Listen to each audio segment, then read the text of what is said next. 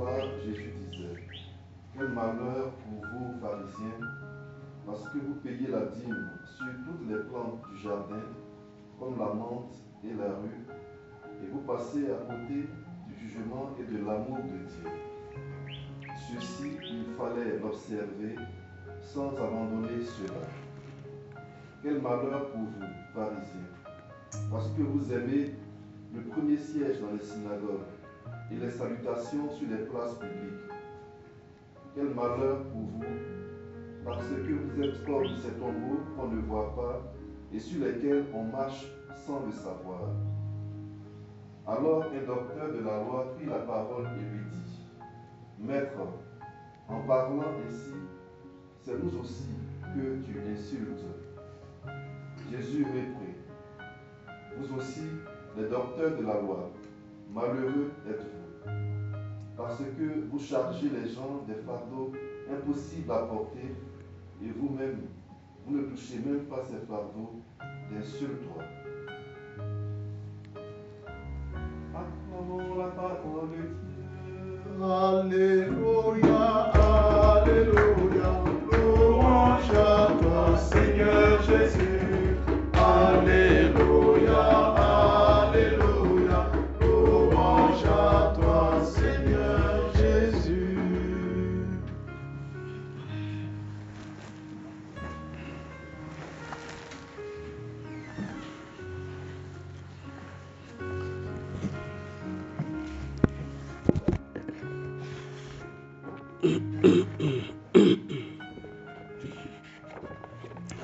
Alors, comme je le disais, je vais vous présenter un peu ce qui s'est passé le 13 octobre 1917.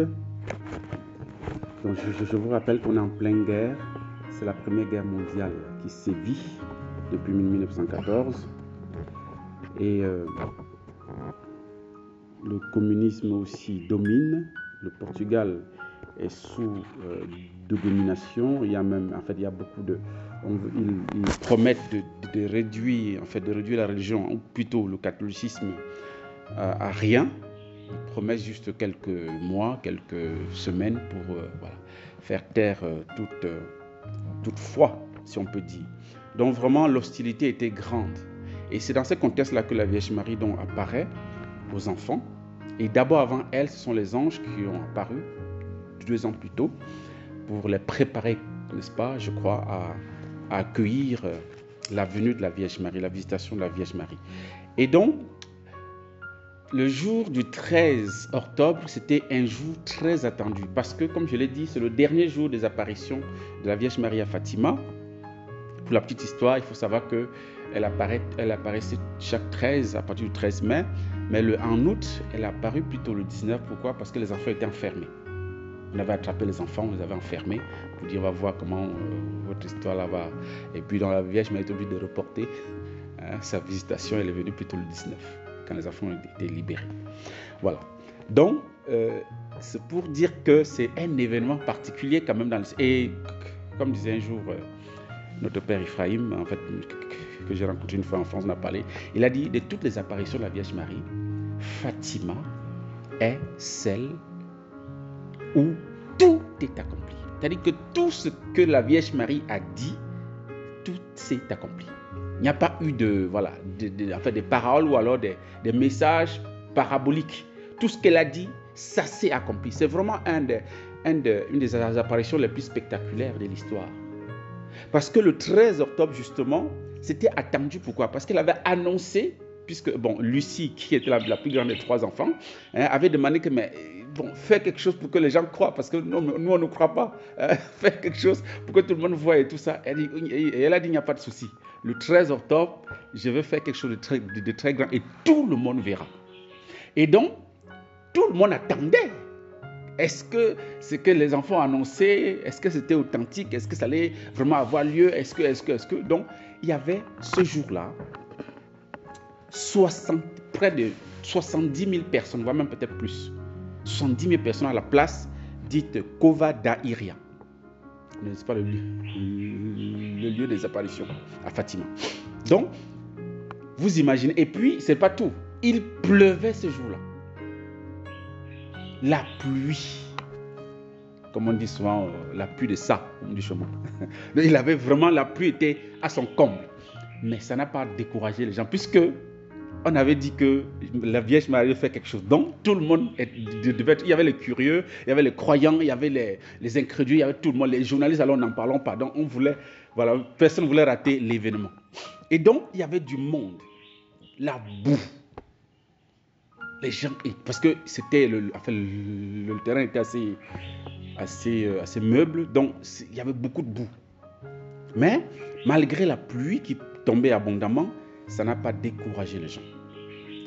Et il y a quelqu'un qui dit, nous étions parvenus à la Cova d'Airia, près du chêne vert, raconte Lucie. Non, c'est Lucie qui raconte, donc la plus grande des voyantes, en fait des voyants puisqu'il y a un garçon. Quand je me sentis poussé par un mouvement intérieur et demandé à la foule de fermer les parapluies pour réciter le chapelet. Parce que comme il pleuvait abondamment, les gens ont fait vers le parapluie pour essayer de s'abriter. Et à un moment donné, elle reçoit comme une motion intérieure pour demander aux gens, n'est-ce pas, d'éteindre les parapluies, d'arrêter, de fermer les parapluies. Et elle va le demander. Donc, le message, voilà, ça passe de bouche à oreille, donc du coup ça s'étend à tout le monde. Et puis, donc les gens arrêtent leur parapluie. Ils sont sur la pluie. Et il y avait certains qui n'ont pas pu descendre leur voiture parce que, bon, il y avait tellement de boue, il pleuvait tellement, ils sont restés dans la voiture. Et ils étaient là nickel en attendant, bon, on va voir ce qui va se passer. Et donc, à quelques minutes avant le miracle, il cessa de pleuvoir. N'est-ce pas, il faut savoir que l'événement s'est passé autour de midi 30. Enfin, midi exactement. À midi, donc à l'heure de l'Angélus, on peut dire. Et le soleil apparut, puisque comme il pleuvait, il n'y a pas le soleil. Donc après, ça s'est arrêté. Quand ça s'est arrêté, le soleil apparut et brillait intensement à l'heure des montres. Donc à l'heure des montres, il était 12 heures. Tout à coup, les trois enfants virent l'éclair, c'est-à-dire que Lucie, François et Jacinta virent l'éclair. Et Lucie s'écria, silence, silence, Notre-Dame va venir. Notre-Dame va venir, elle le répète 2 fois. Alors le visage de Lucie devint de plus en plus beau et prit une teinte rose. Parce qu'il faut savoir que les 3 enfants, tous ne parlaient pas avec la Vierge. C'était Lucie seule. Bon, et même au début, François ne voyait même rien. Le pauvre, il voyait même, les autres voyaient, en fait sa petite soeur voyait avec Lucie, leur cousine, et bon, lui ne voyait rien. Ou bien quand il voit, il n'entend rien. Donc la Vierge, mais il faut voir seulement les lèvres, la Vierge m'a bougé, mais lui, donc il faut que sa petite soeur qui entendait, il fallait qu'elle traduise, ou bien Lucie qui dialoguait avec la Vierge Marie, traduise au pauvre François pour que lui aussi soit au fait de ce qui se passe. Donc, quand la Vierge Marie vient donc, Lucie est tellement, voilà, elle est comme en extase. Et à un moment donné, Yacine, qui était la plus petite, elle avait, je crois, 6 ans à l'époque, elle était impatiente parce que, comme c'est Lucie qui parle avec elle, donc Lucie était comme dans la torpeur, elle était encore en extase, elle a frappé elle a cogné avec son coude, comme elle est là, il faut parler avec elle, c'est quoi, qu'est-ce qui se passe avec toi? Et puis donc, elle est revenue à elle. Elle a commencé à parler avec la Vierge Marie. Voici ce que Lucie dit. Que veux-tu de moi, votre grâce? C'est la première question que Lucie pose à la Vierge Marie. Et elle dit, je veux te dire que l'on fasse ici, et ça c'est très important, ça c'est le message phare, si on peut dire, de cette apparition. Je veux te dire que l'on fasse ici une chapelle à mon honneur. À mon honneur. Je suis Notre-Dame du Rosaire. Que l'on continue toujours à réciter le chapelet tous les jours, la guerre va finir et les militaires rentreront chez eux, bientôt chez eux. Dans cette parole de Marie, dans cette première parole de Marie, tout est dit. Il y a 4 déclarations. La première, en fait, on peut dire la première est une demande. Je veux qu'on fasse ici, qu'on construise ici une chapelle à mon honneur. On peut se dire, mais bon, ça veut dire quoi? Mais ça veut dire que, et vous, je ne sais pas si vous vous souvenez, même à Lourdes, elle a dit ça à Bernadette. Dans la plupart de ses apparitions, elle demande qu'on construise une église en son honneur. On peut dire, mais est-ce que c'est mis en avant? Non. C'est justement, Marie se manifeste pour nous conduire à quelqu'un. Et nous savons qu'une église, dans une église, on fait quoi? On loue Dieu, on prie Dieu, on célèbre la messe. Elle veut conduire les gens au Christ. Elle veut conduire les gens à son Fils. C'est pourquoi elle dit, première chose, bâtissez une église ici en mon honneur. Si on veut faire plaisir à la Vierge Marie, allons très souvent à l'adoration, allons très souvent à la messe, allons très souvent à l'église. Si on veut l'honorer, il faut honorer son Fils. C'est pourquoi elle demande d'abord ça. Deuxième chose, et là c'est une affirmation, c'est la déclaration de ces 4 choses qu'elle a dites, c'est « Je suis Notre-Dame du Rosaire ». Nous sommes dans le mois du Rosaire, ça tombe bien. Et donc, parce qu'elle est Notre-Dame du Rosaire, elle préconise une exhortation. Elle exhorte les fidèles à faire quoi? Troisième chose, que l'on continue toujours à rester le chapelet tous les jours. Je suis Notre-Dame du Rosaire, donc si vous voulez, n'est-ce pas, rester en communion avec moi, restez avec moi, vous, bien si vous voulez que je vous aide, priez le chapelet tous les jours.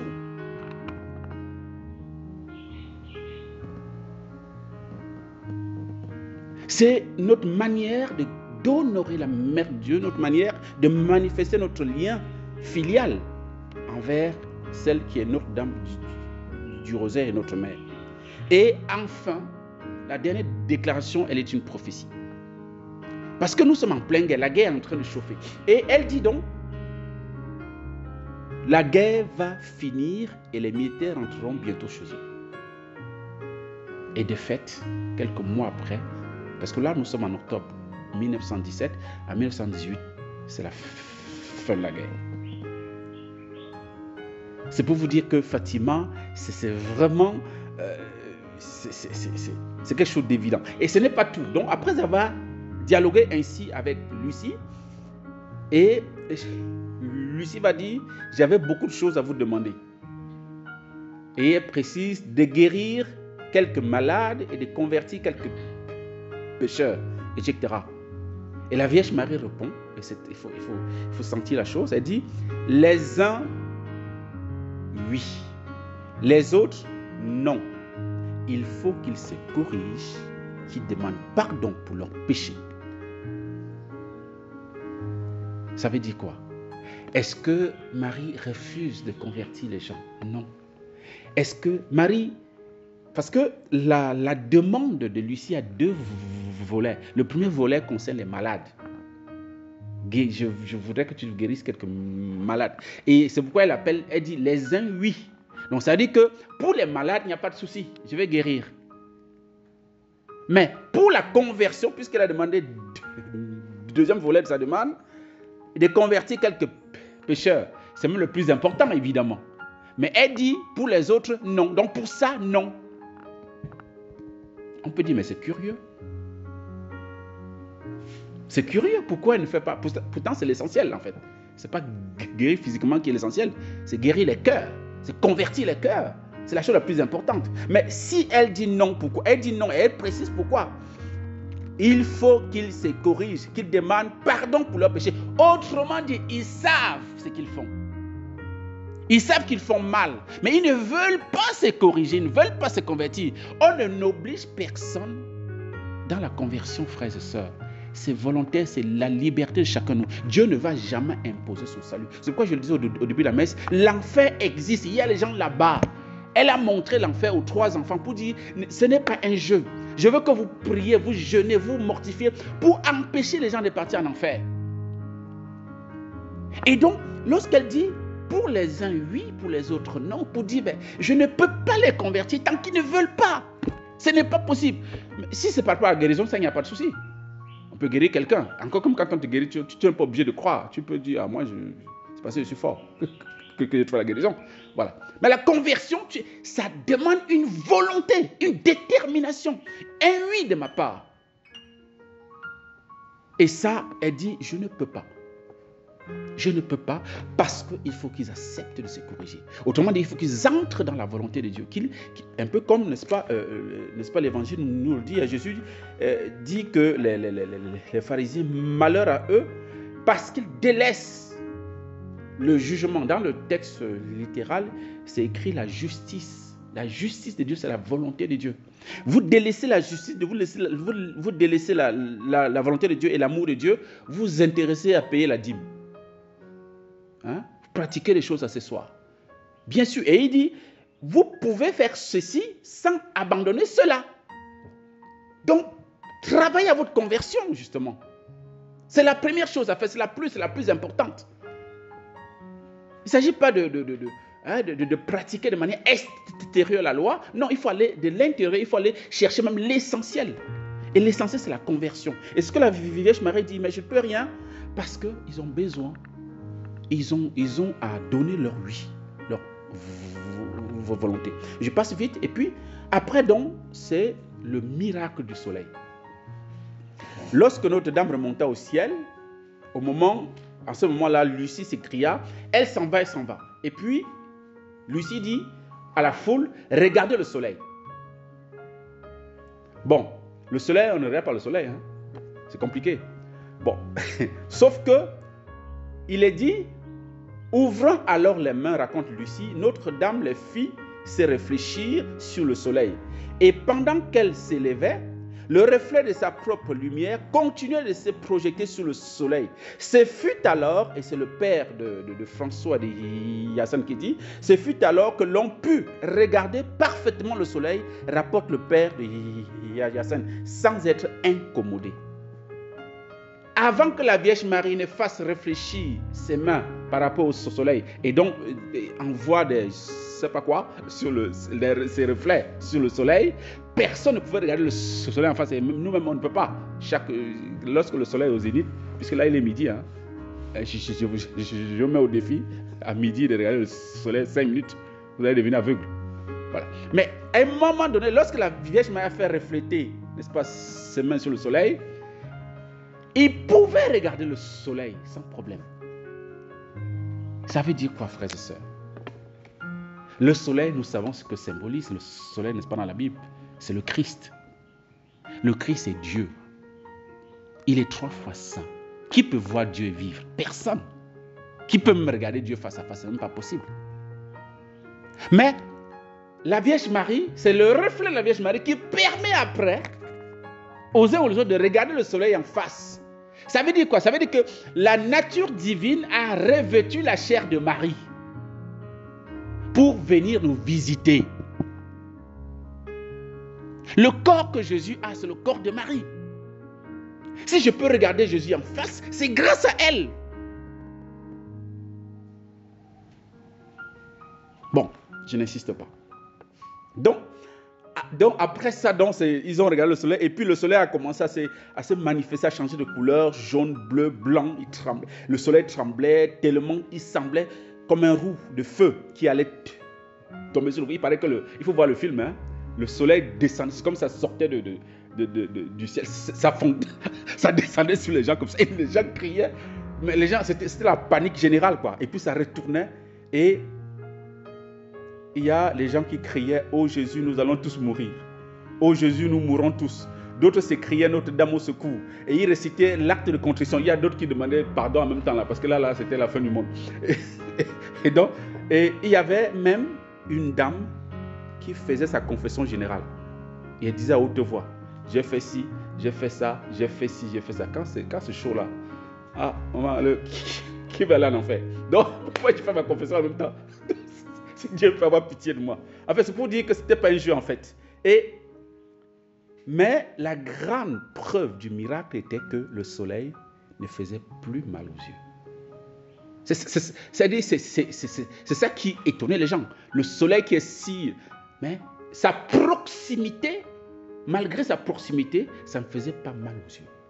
À cause du reflet que la Vierge Marie y a apporté. Le voile, si on peut dire, le voile de son humanité. qui rend le Seigneur accessible. Parce que n'oublions pas que c'est par Marie que Dieu nous est le plus proche de nous. C'est fait le plus proche, n'est-ce pas, de nous. Maintenant, à côté de ça, il y avait comme deux visions en même temps. Pendant que le soleil dansait, et tout, à côté, les voyants, donc ça veut dire que Lucie, Hyacinthe et François voyaient autre chose. Ils ne voyaient pas la même chose. À côté, voilà ce que vous voyez. On dit que durant 10 minutes, la foule put contempler le grand miracle cosmique. Les trois voyants jouissaient d'un spectacle différent. La Vierge Marie réalisait pour eux ces promesses du 19 août et du 13 septembre, comme elle avait promis qu'elle devait se faire un grand miracle, et tout. Il leur fut donné d'admirer, donc aux trois enfants, d'admirer en plein ciel 3 tableaux successifs. Voici ce que dit Lucie. Première vision, la vision de la Sainte Famille. Ça, ce sont les enfants qui voient. Et elle dit ceci. Lucie dit ceci. Notre-Dame ayant disparu dans l'immensité du firmament, nous avons vu à côté du soleil Saint Joseph avec l'enfant Jésus et Notre-Dame vêtue de blanc avec un manteau bleu. Saint Joseph et l'enfant Jésus semblaient bénir le monde avec des gestes qu'il faisait de la main en forme de croix. Le tableau de la Sainte Famille. Ici, on commence par montrer Saint Joseph qui porte l'enfant Jésus et à côté il y a Marie. Ça veut dire quoi? Deuxième vision de Notre-Dame des douleurs. Peu après, c'est cette apparition, la première sur la Sainte Famille, ayant cessé, j'ai vu notre Seigneur et Notre-Dame qui me donnait l'impression d'être Notre-Dame des douleurs.